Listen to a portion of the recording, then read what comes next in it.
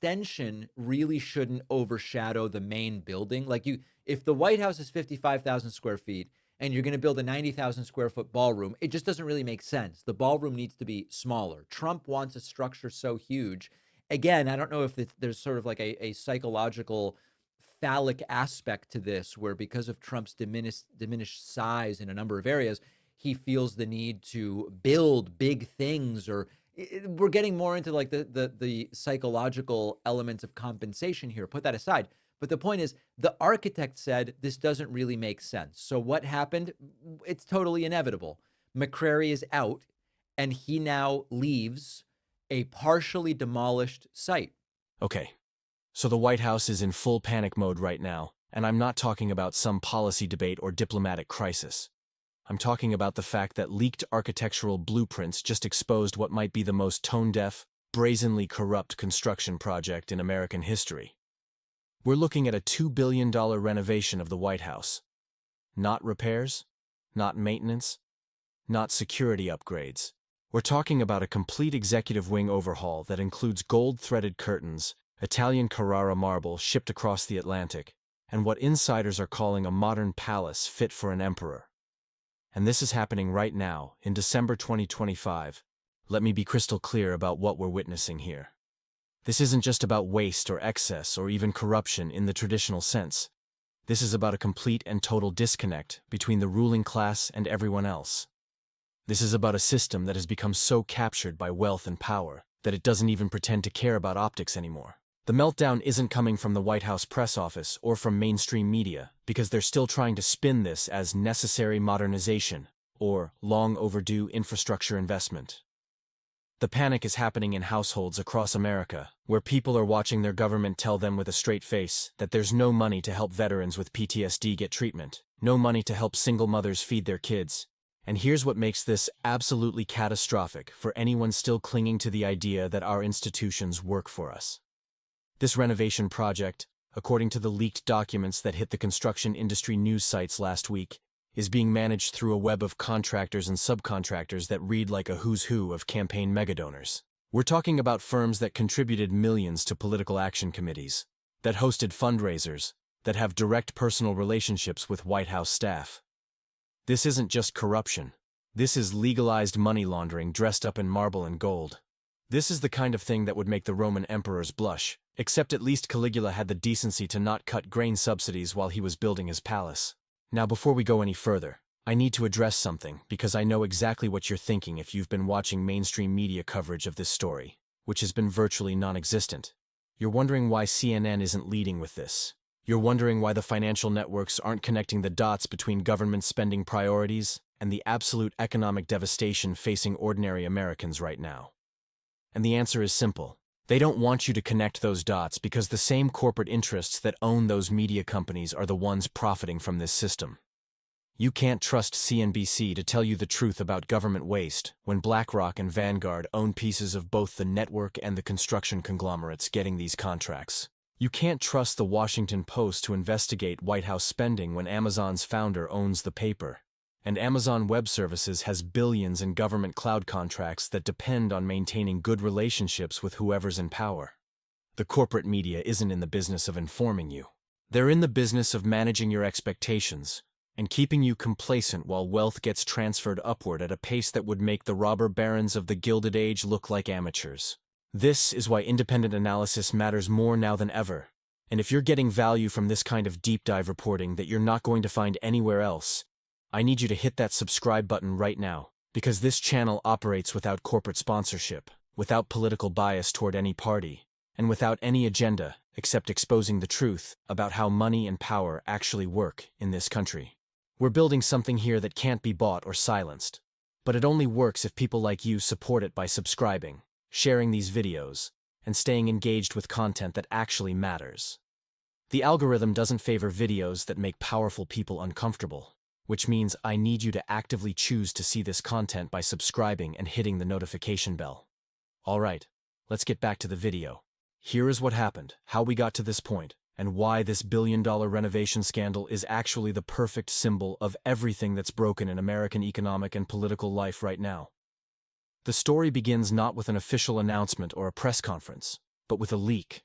And that's important because it tells you everything you need to know about how guilty the people involved know they are. 3 weeks ago, a mid-level architect working for one of the subcontractors on this White House renovation project uploaded a portfolio to a professional networking site. Standard practice, right? Architects want to showcase their work. Except this architect included detailed renderings and budget breakdowns for something called Project Executive Crown, which turned out to be the internal code name for this massive White House construction initiative. Within hours, construction industry watchdogs had grabbed the files and started digging into what they showed. Within days, the images were circulating on social media. Within a week, independent journalists were filing Freedom of Information Act requests, trying to get official documentation, which of course are being slow-walked and stonewalled, because this is exactly the kind of thing government transparency laws were supposed to prevent, but never actually do. What those leaked documents revealed was staggering even by the standards of government waste. We're talking about demolishing sections of the existing West Wing to create what the architectural notes describe as expanded state reception facilities commensurate with America's global standing. Translation from bureaucrats speak into English: they're building a ballroom the size of a small airplane hangar so the president can host dinners for foreign dignitaries in a space that looks more like Versailles than a working government office. The materials list reads like a luxury hotel catalog. Marble sourced from the same Italian quarries that supplied the Vatican. Custom woven carpets from a manufacturer in France that typically works on royal palaces. Lighting fixtures that cost more per unit than most Americans earn in a year. And that gold-threaded curtain detail I mentioned? That's not metaphor or exaggeration. The interior design specifications call for window treatments using actual gold thread in the weaving, justified in the documents as representing American prosperity and projecting strength to visiting heads of state. But here's where this goes from offensive to genuinely sinister, and this is where you need to pay very close attention because this is how the game actually works. When you dig into who's getting the contracts for this work, you find a pattern that should be criminal, but is completely legal under current campaign finance and government contracting laws. The primary contractor is a firm called Hallmark Federal Construction. Never heard of them? Most people haven't because they don't do private sector work. They exist almost entirely to execute government contracts, which means their entire business model depends on maintaining political relationships. In the 2024 election cycle, executives and board members of Hallmark Federal Construction contributed over $8 million to various political committees, with the largest single chunk going to super PACs that supported the current administration. Now, is that a quid pro quo? In a sane legal system, absolutely yes. In our current system, it's just how business gets done. And that phrase right there, how business gets done, is the most expensive lie in American political life because it normalizes corruption by making it sound routine. And this is where things start to unravel even further. Because once journalists started pulling on this thread, they found that Hallmark Federal isn't even doing most of the actual work. They're the general contractor, which means they're taking a massive cut of that $2 billion budget just for managing other companies. And who are those subcontractors? More campaign donors? More politically connected firms? More companies whose executives show up on White House visitor logs for private meetings that have nothing to do with construction management and everything to do with access and influence. We're talking about an entire ecosystem of legalized bribery, where campaign contributions buy you contracts, contracts generate profits, and profits fund more campaign contributions in a cycle that never ends and only flows in one direction, which is upward to people who are already wealthy beyond any reasonable measure. Now let's contrast this with what's happening to actual Americans right now, in this exact same time period, under this exact same administration and Congress. On December 5, 2025, Congress passed a continuing resolution to keep the government funded through March. Buried in that legislation were cuts to Veterans Affairs that will reduce mental health service funding by 18%. That translates to roughly 200,000 fewer counseling sessions for veterans dealing with PTSD, traumatic brain injuries, and service-related depression. On December 9th, the Department of Agriculture announced that effective January 2026, the Supplemental Nutrition Assistance Program will see a 12% reduction in maximum benefits, which means a family of 4 that was receiving $850 per month in food assistance will now get $748. That $100 difference might not sound like much if you've never had to budget to that level. But for families already struggling with inflation and wage stagnation, It's the difference between eating 3 meals a day and skipping meals to make sure the kids eat. Let me paint you a picture of what this looks like in practice, because the abstract numbers don't capture the human cost. There's a family in Ohio, let's call them the Mitchells, because that story is real even if I'm protecting their identity. Dad's a disabled Army veteran who served 2 tours in Iraq, came home with back injuries and depression. Mom works 2 part-time retail jobs because neither employer will give her full-time hours, since that would require offering benefits. They have 3 kids, ages 6, 9, and 12. Before these cuts, they were barely making it work. The VA was covering Dad's medications, and he was getting counseling twice a month that was genuinely helping him manage. The SNAP benefits covered about 2/3 of their grocery costs, which meant Mom's income could go toward rent, utilities, and the kids' school expenses. Now Dad's counseling is being reduced to once a month because the VA clinic is overwhelmed and triaging care based on severity. Now they're losing $100 a month in food benefits right as they're trying to figure out how to buy Christmas presents for their kids, which they probably won't be able to do this year. But it gets worse, because this isn't just about one family, or even 1 million families. This is a systematic choice about priorities. According to the Congressional Budget Office's analysis of the continuing resolution, the cuts to veteran services and nutrition assistance will save approximately $4 billion over the next fiscal year. Remember that number. $4 billion saved by reducing support for disabled veterans and hungry families.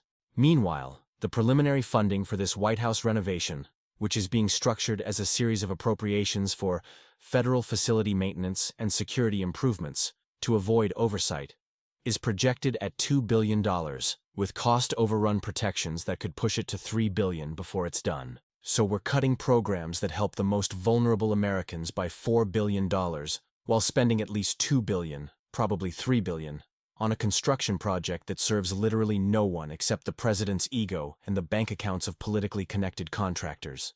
And this is where the media narrative becomes absolutely crucial to understand. Because if you're watching coverage of this on mainstream outlets, assuming you're seeing any coverage at all, you're being fed a very specific story. The official line from the White House press office, which has been dutifully repeated by friendly journalists, is that this renovation is necessary infrastructure modernization that's been deferred for too long. They'll point out, accurately, that parts of the White House are old and that some mechanical systems need updating. They'll talk about security concerns and how modern presidential security requires certain physical infrastructure. And all of that is true in the narrow technical sense, which is exactly how propaganda works. You take a kernel of truth and you surround it with context and framing that leads people to the conclusion you want them to reach, without technically lying. Yes, the White House needs maintenance. Every old building does. But here's what the official narrative carefully omits. The necessary maintenance and actual security upgrades could be done for maybe $200 million, probably less. The electrical systems that need updating? That's not a billion-dollar problem. The plumbing and HVAC that needs modernizing? That's not a billion-dollar problem.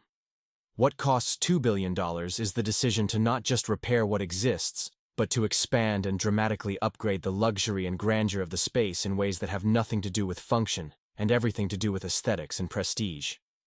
Nobody needs gold thread in their curtains for security purposes. Nobody needs Italian marble for structural integrity. These are choices being made about how to spend public money, and they're choices that reveal exactly what the people making them actually value.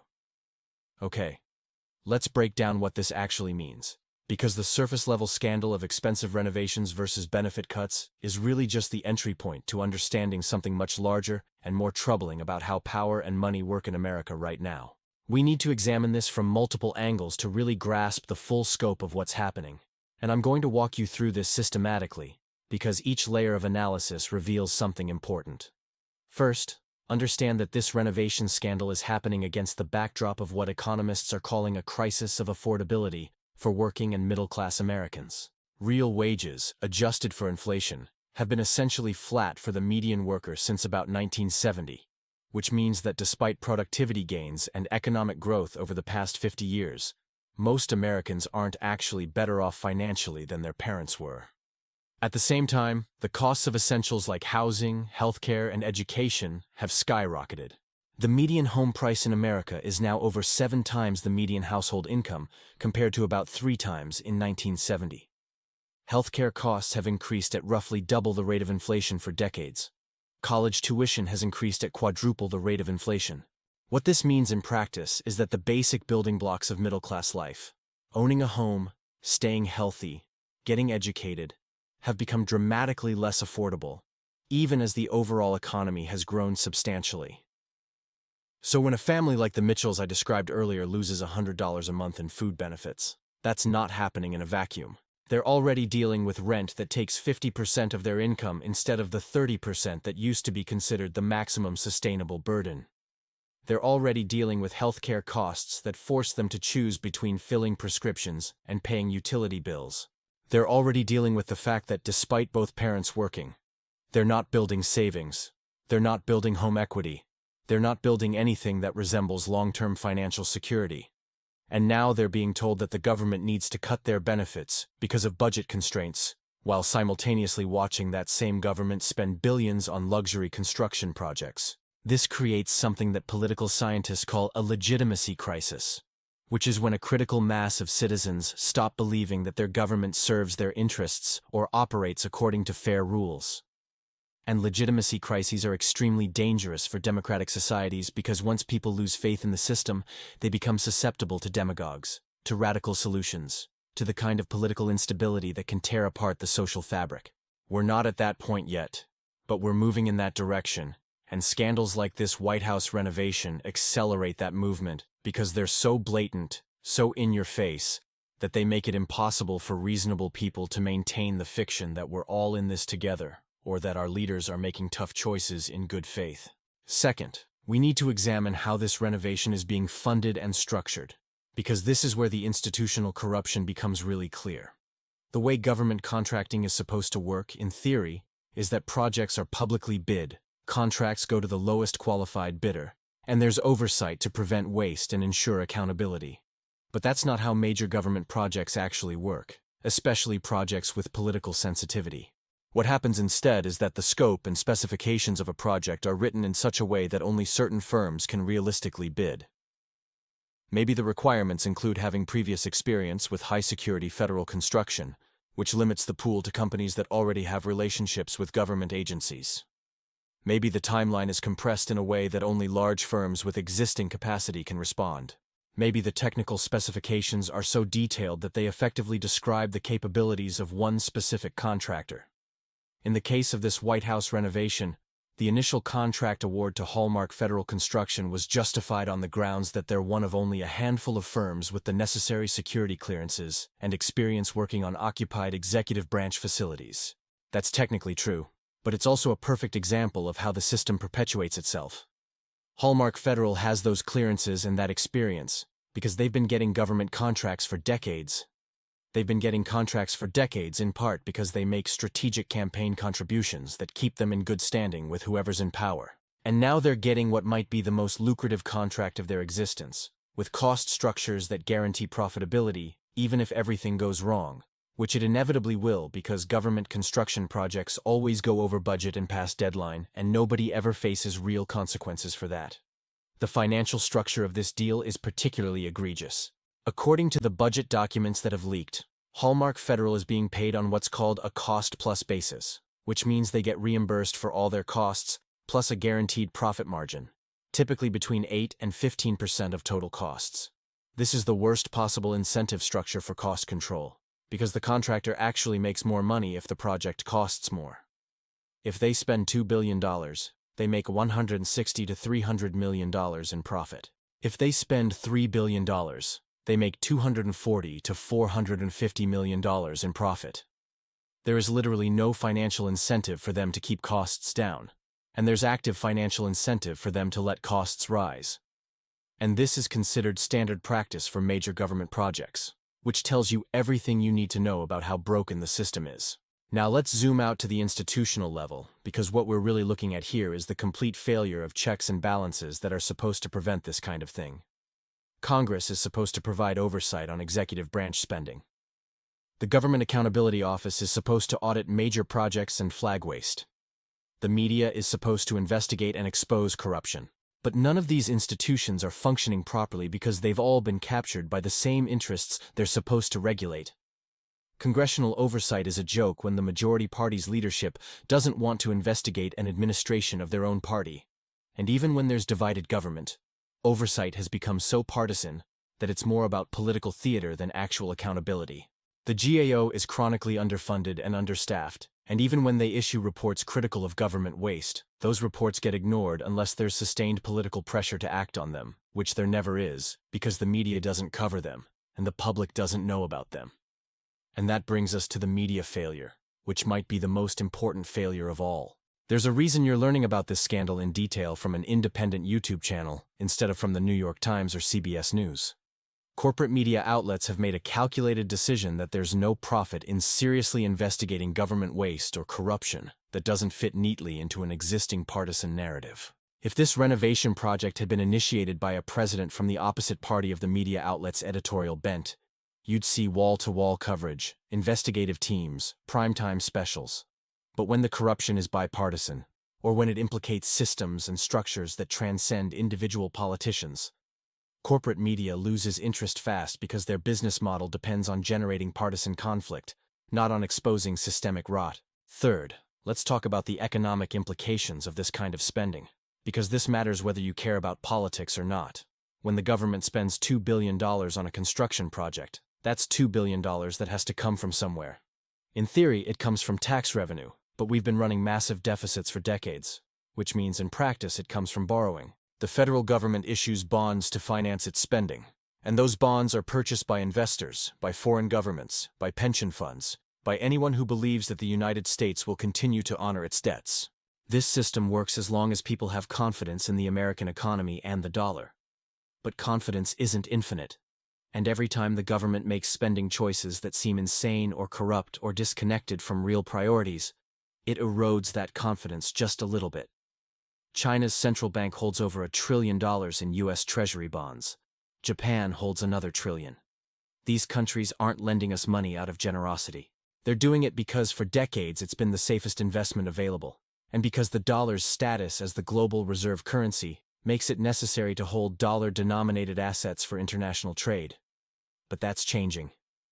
China has been slowly reducing its treasury holdings and increasing its gold reserves. The BRICS nations, Brazil, Russia, India, China, South Africa, are openly discussing alternatives to dollar-based trade settlement. Saudi Arabia has started accepting yuan for oil payments. These are all signals that the world is gradually losing confidence in American economic management, and scandals like this $2 billion renovation for no good reason accelerate that loss of confidence because they demonstrate that American political leadership isn't serious about fiscal sustainability or responsible governance. When the dollar eventually loses its status as the primary reserve currency, which increasingly looks like a when rather than an if, the economic consequences for ordinary Americans will be catastrophic. Import prices will spike because we'll no longer be able to print money that everyone else has to accept for trade. Interest rates will rise dramatically because the government will have to offer much higher yields to convince anyone to buy treasury bonds. The federal budget will face a crisis because debt service costs will explode right as revenue fails to keep up with spending obligations. And all of this will hit working and middle-class Americans the hardest because they're the ones who can't afford higher prices and who depend most on government services that will have to be cut when the debt spiral gets bad enough that even politicians can't ignore it anymore. Fourth, and this is crucial, let's examine who actually benefits from this renovation project and what that tells us about power structures in contemporary America. The direct beneficiaries are obvious. Hallmark Federal Construction and their army of subcontractors are going to make enormous profits. But follow the money further. Who owns Hallmark Federal? It's a privately held company, which means ownership isn't public information. But if you dig through corporate filings and business registries, you find that it's owned through a complex web of holding companies and private equity firms. And who owns those firms? Wealthy individuals and families, institutional investors, pension funds for the politically connected. The profits from this renovation, after Hallmark takes their cut, after the subcontractors take their cuts, ultimately flow to people who are already extremely wealthy. And here's where it gets really dark. Those profits are taxed at preferential capital gains rates if they're structured correctly. Which they absolutely are, because these firms employ the best tax attorneys money can buy. So the government is paying contractors with money that was largely borrowed. And the profits those contractors earn are taxed at lower rates than the ordinary income of the workers actually doing the construction. And a significant portion of those profits flows to individuals and entities that are quite likely the same people who made campaign contributions that led to the contract award in the first place. It's a closed loop of wealth extraction dressed up as normal business operations, and it's completely legal. Meanwhile, the family in Ohio that lost their veterans' benefits and food stamps, they're paying taxes on every dollar they earn at full ordinary income rates, and they're getting fewer services for those tax dollars, because the money is being diverted to projects like this renovation. If you work a regular job and earn a paycheck, the government takes out Social Security, Medicare, federal income tax, state income tax, before you ever see the money. But if you're wealthy enough to earn your income through capital gains and dividends, you pay significantly lower rates. And if you're sophisticated enough to use strategies like opportunity zones or carried interest or charitable trusts, you might pay almost nothing. The tax system isn't designed to fund government services equitably. It's designed to extract maximum revenue from the working class, while allowing the wealthy to shield their income through strategies that aren't available to ordinary people. Fifth, let's talk about the political implications of this scandal, because we're heading into what's shaping up to be an extremely contentious 2026 midterm election cycle, and this renovation is going to become a symbol of everything people hate about government. The opposition party is obviously going to use this as a cudgel, and they should, because it's legitimately indefensible. But here's what's going to happen. The defense from the White House and their allies is going to be, both sides do it. And this is how Washington has always worked. And our opponents did the same thing when they were in power. And all of those things are true, which is exactly the problem. This isn't really about one party or one president. It's about a bipartisan consensus that government exists primarily to serve the interests of the wealthy and connected, while providing just enough services to everyone else to maintain social stability. The reason this scandal is particularly dangerous politically is that it's simple enough for everyone to understand. You don't need a degree in economics or political science to grasp that spending $2 billion on luxury renovations while cutting veterans' benefits is wrong. It's not complicated policy minutia that requires expert analysis. It's just obviously corrupt and heartless. And when scandals are simple and obvious, they have the potential to generate real public anger in ways that more complex scandals don't. People tuned out stories about email servers and loan programs and regulatory capture because those things are hard to understand and easy to spin. But gold curtains while veterans go without mental health services? That's a story that lands, and it's a story that's going to have legs throughout the 2026 campaign cycle. What makes this even more politically volatile is that it cuts against the populist messaging that won elections in 2024. The campaign was all about fighting for working Americans against elite interests, about draining the swamp, about making government work for ordinary people instead of special interests. Whether you believed that messaging or not, it resonated with voters who felt left behind by decades of economic policy that prioritized corporate profits over wage growth, and that allowed wealth concentration to reach levels not seen since the 1920s. And now here we are, not even a full term into the administration, and we're seeing the most grotesque example imaginable of government serving elite interests while ignoring working-class needs. The cognitive dissonance is going to create political opportunities for anyone positioned to capitalize on it, and that could reshape the landscape in unpredictable ways. Sixth, and this might be the most important layer of analysis, let's talk about what this reveals about American institutional decline more broadly. The United States became a superpower in the 20th century in part because our institutions worked reasonably well.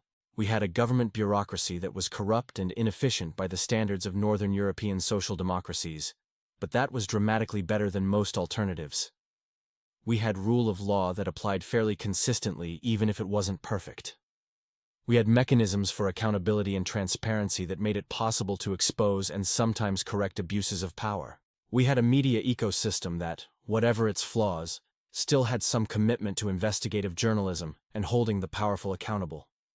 We had political norms that constrained the worst excesses of partisanship and corruption.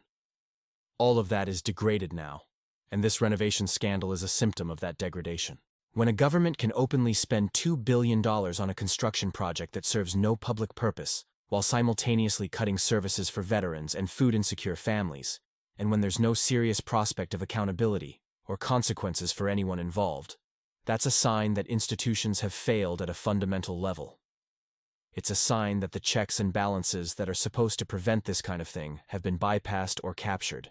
It's a sign that we've moved from a system where corruption had to hide itself to a system where corruption can operate openly because the people responsible know that they're untouchable. This is what late-stage institutional decay looks like. It's not dramatic collapse or revolution. It's gradual erosion where the forms and procedures of democracy remain but the substance hollows out. Elections still happen, but they don't meaningfully change policy because both parties are beholden to the same donor class. Laws still exist, but they're enforced selectively based on political considerations, rather than neutral principles. Media still reports, but it's more propaganda than journalism. And through all of this, wealth continues to concentrate at the top. Life gets harder for everyone else, and the gap between the official narrative about America being a meritocratic land of opportunity and the lived reality of declining social mobility and economic precarity gets wider and wider until something breaks. So here's the bottom line. And this is what you need to understand if you're going to make sense of where we are and where we're headed as a country. This $2 billion White House renovation isn't an aberration or a mistake or a scandal that will be investigated and corrected. It's the system working exactly as intended.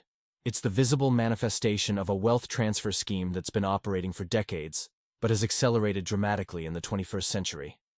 From 1980 to 2025, productivity in the American economy increased by roughly 90%. If wages had tracked with productivity the way they did in the post-World War II era, the median worker would be making about $70,000 a year instead of about $45,000. That $25,000 difference, multiplied across the entire workforce, represents trillions of dollars in wealth that was created by workers but captured by capital. Where did that wealth go? Some of it went to higher corporate profits and dividends for shareholders. Some of it went to executive compensation packages that now see CEOs making 300 times what their median workers make instead of the 30-to-1 ratio that was typical in 1980. Some of it went to stock buybacks and financial engineering that enriches investors without creating any actual value. And some of it went to the kind of politically connected rent-seeking behavior that this White House renovation represents. The entire economic and political system has been restructured over the past 4 decades to prioritize extracting wealth from productive activity and concentrating it at the very top of the income and wealth distribution. This isn't capitalism in any meaningful sense of the term. It's not market competition or entrepreneurial innovation. It's oligarchy using government power to rig the game in their favor. The renovation scandal is just the latest and most visible example of this dynamic, but it's playing out everywhere. It's playing out in healthcare where costs keep rising, not because care is getting better, but because insurance companies and pharmaceutical companies and hospital corporations have the political power to maintain a system that generates profits for them, regardless of health outcomes. It's playing out in housing where private equity firms are buying up single-family homes and driving up prices and rents while regular families get priced out of home ownership. It's playing out in education where college has become crushingly expensive because universities know they can charge whatever they want as long as students can access loans. And the loan system exists in its current form because the financial industry lobbied for laws that make student debt almost impossible to discharge in bankruptcy. And it's playing out in the most direct way possible in government spending priorities, where the programs that help ordinary people are always first on the chopping block when budget cuts are needed, while spending that benefits politically connected contractors and industries is sacrosanct. Defense spending never gets cut even though the Pentagon fails audits and can't account for trillions of dollars. Farm subsidies never get cut, even though most of the money goes to massive agribusiness corporations, rather than family farmers. Tax breaks for oil companies and real estate developers never get cut, even though the economic arguments for them are nonsense. But nutrition assistance for hungry kids? That can always be cut. Healthcare for disabled veterans? That can always be cut. Housing assistance for the poor? That can always be cut. Because those people don't make campaign contributions and they don't have lobbyists and they don't have power. This is the reality of American governance in 2025, and this White House renovation is the perfect symbol of it, because it's so utterly brazen.